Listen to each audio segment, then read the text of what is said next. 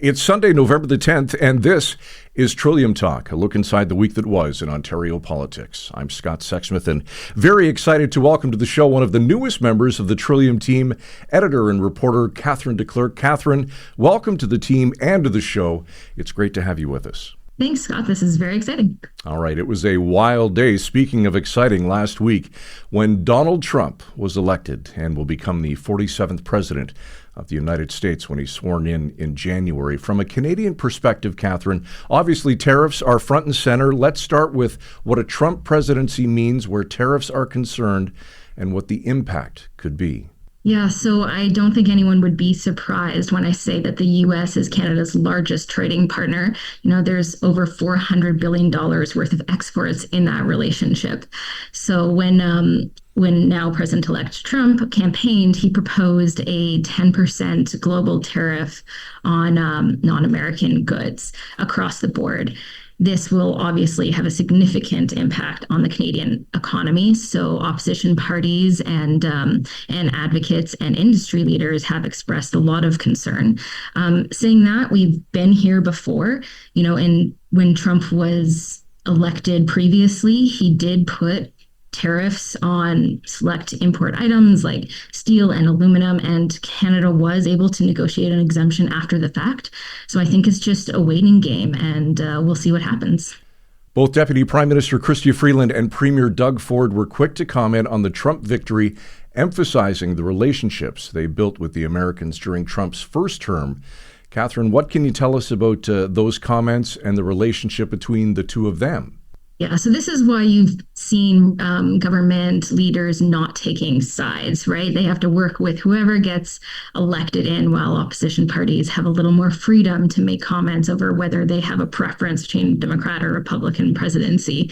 But the federal government and the provincial government, they've been gearing up for this for months. Calls have already started. Justin Trudeau and President Trump. Freeland has spoken with a former trade rep under the Trump presidency who is said to have a senior role in his current administration. There's been a lot of conversations, and they're gearing up to have these discussions.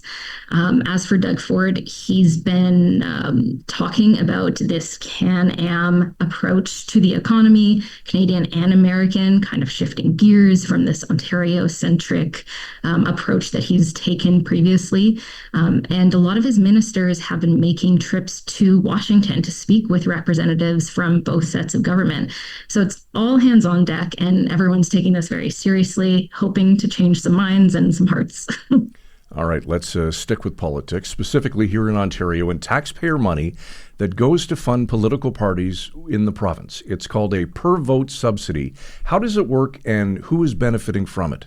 Yeah, so a per vote subsidy is basically a small amount of money every political party gets per vote. So you place your vote for PC, NDP, Liberals, Green Party, and they get a small portion of taxpayer money, basically to help fund the political party itself. It was put forward by the Kathleen Wynne government as a way to level the playing field, allow political parties who may not get very large donations to still play a part in the democratic process. So to put it all in perspective, for 2024, the NDP and Liberals are set to get about $2.8 million from this subsidy, while the Progressive Conservatives, who won a majority, they're going to get closer to $4.8 million. So it does benefit everyone, but it does help the smaller parties have money for fundraising, for example, money for advertising. They may not be hosting $1,000 plate events like the Progressive Conservatives and need that money. And tell us, Catherine, why do groups like the Canadian Taxpayers Federation dislike this subsidy so much? Well, it's the fact that you're using taxpayer money to basically fund political parties, right? That's money that isn't going towards roads, hospitals, schools, healthcare, etc. It's the same argument that Premier Doug Ford made when he canceled this subsidy in 2021. He's since extended it twice, this time through to 2026, which will encompass the next provincial election. So there are arguments to be made on both sides. taxpayer money being used to prop up political parties? Should we be doing that? While others say, it levels the playing field, it keeps the conversation open and basically funds democracy, not political parties.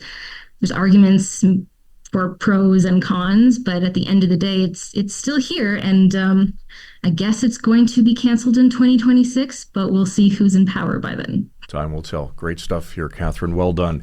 Looking forward to doing more of these with you. Thanks so much, Scott. For the most extensive coverage of Ontario politics anywhere, download and subscribe to Trillium Talk wherever you get your favorite podcasts, and log on and become a Trillium Insider today at thetrillium.ca. Editor and reporter at The Trillium, Catherine DeClerq. Good to have you with us, Catherine. Thanks for this and have a great week.